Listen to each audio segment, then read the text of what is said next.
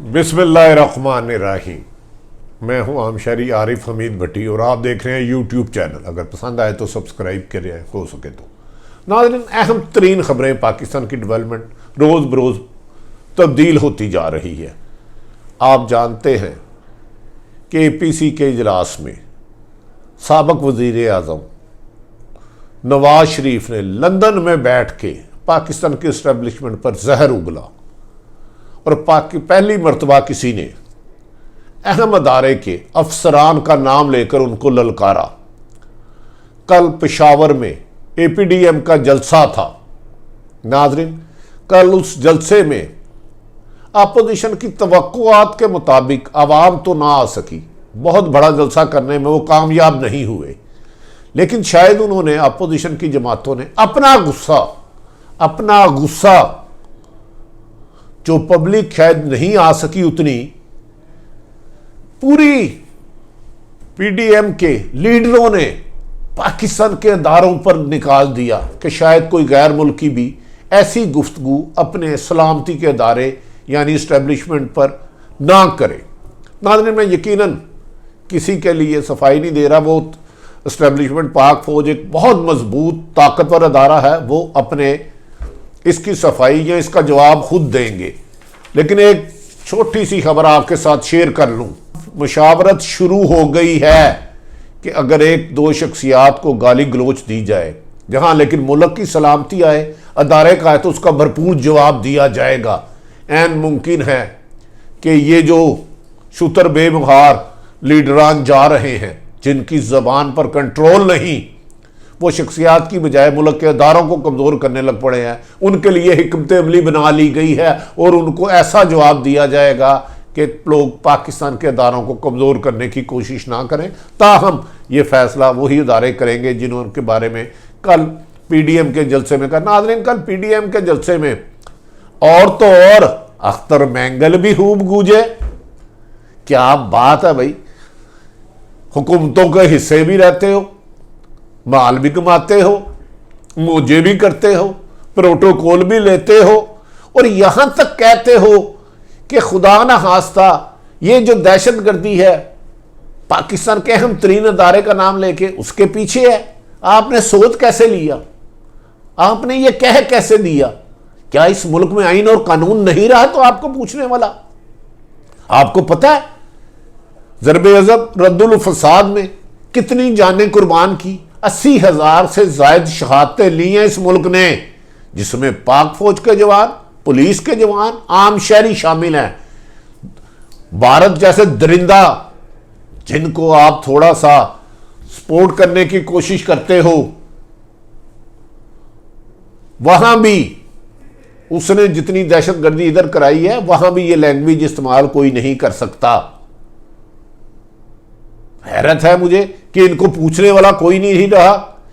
क्या हुकूमत का खामोश रहना? मैं हुकूमत से अब सिर्फ सवाल करता हूं, क्या आप हुकूमत खुद चाहती है कि अपोजिशन अदारों के खिलाफ बोले? ये क्यों नहीं बोल रही?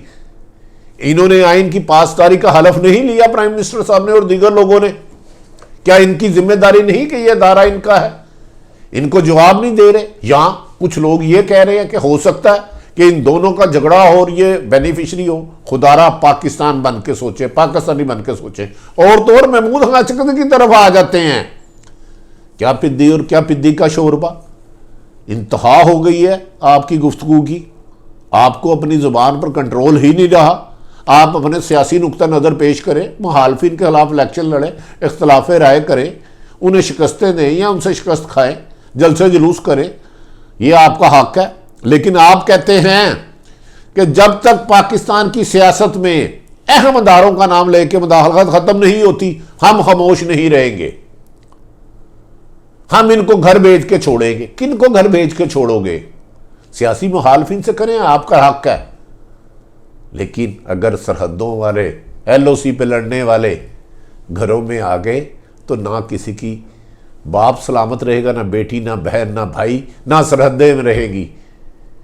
सरहदों को लावारस नहीं छोड़ते। उधर जज्बा ईमानी से सरशार अफसर फौज के और सिपाही होते हैं, मेरी हर शहीद होने वाले और उसके अहले खाना के लिए सलाम और गाजियों के लिए सलाम। हम इसका फैसला वो देंगे अदारे जिनके ऊपर इल्ज़ाम लगा रहे हैं। अमीर खां होती की सुन लें, इनके बारे में मैं बड़ी ये सेंसर करके आपको बातें बता रहा हूँ, खुल के बातें नहीं बता रहा जो जो लफ्ज़ इन्होंने कहा है, क्योंकि मैं अपने अदारों के बारे में ऐसी गुफ्तगू नहीं कर सकता। उन्होंने तो यहां तक कह दिया है कि ये पैगाम हम सिलेक्टेड के लिए नहीं दे रहे। सिलेक्टेड से मुराद मेरे ख्याल में उनका हुकूमत था। वो जो इनको लाए हैं बज़ाहिर तो अवाम लाई, अवाम के वोटों से आया है। लाने वालों को कह रहे हैं कि जो अवाम लाई है, यहां ये किसी और अदारे को कह रहे हैं इसकी जवाब आप इनसे लें।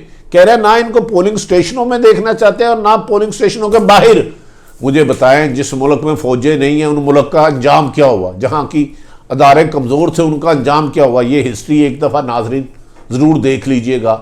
मैं ये नहीं कहता इलेक्शन फेयर हुए थे 2018 के नहीं, लेकिन हमारे काबिल तमाम सियासतदानों को इख्तलाफ राय का हक है, बगावत का नहीं। और आ जाते हैं हम PDM में ललकारे थी अदारों को। और तो और नवाज शरीफ तो तकरीर नहीं कर सके। मरियम नवाज अपनी दादी की फौतगी की वजह से 2 घंटे बाद उन्होंने माइक पे कहा मुझे इतला नहीं मिली और मैं जा रही हूं, मेरी दादी फौत हो गई है। मौलाना फजलुर रहमान साहब भी पीछे ना रहे। किसी ने गरीब की बात नहीं की, महंगाई की नहीं की, बढ़ते हुए बिलों की नहीं की, बेरोजगारी की नहीं की, गंदे पानी की नहीं की, रोटी कपड़ा मकान की नहीं की, लेकिन अदारों को जरूर ललकारा। अदारों को फिर खुद अपना जवाब देना है, मैं नहीं हूं। मौलाना फजलुर रहमान तो यहां तक बोल गए ये हमारे अदारे हैं, इनका एहतराम करते हैं। अगर सियासत आने की कोशिश की तो फिर तनकीद भी बर्दाश्त करेंगे। भाई ये जो लफ्ज़ आप कह रहे हो ये एहतराम नहीं है, ये एहतरामन लफ्ज़ में नहीं आते। अगर एहतराम इस किस्म के लफ्ज़ों का, नामुनासिब लफ्ज़ों का इस्तेमाल है तो बदतमीज़ी किसको कहते हैं हमारी यह भी रहनुमाई फरमा दें। हम आपका मौक़िफ़ भी दे देंगे। हमारे ख्याल में आप मौजूदा हुकूमत पे तनकीद चुका के करें, महंगाई हो गई है, बेरोज़गारी है, करप्शन बढ़ गई है, लाकानूनियत है, लोग परेशान हैं, यूटिलिटी बिल बढ़ गए हैं, लेकिन ये एहतराम नहीं, ये शायद बगावत के ज़िम्मे में आएगा। ताहम ये आइनी माहिरीन का काम है। बिलावल भट्टो साहब की तरफ भी मैं आ जाता हूँ।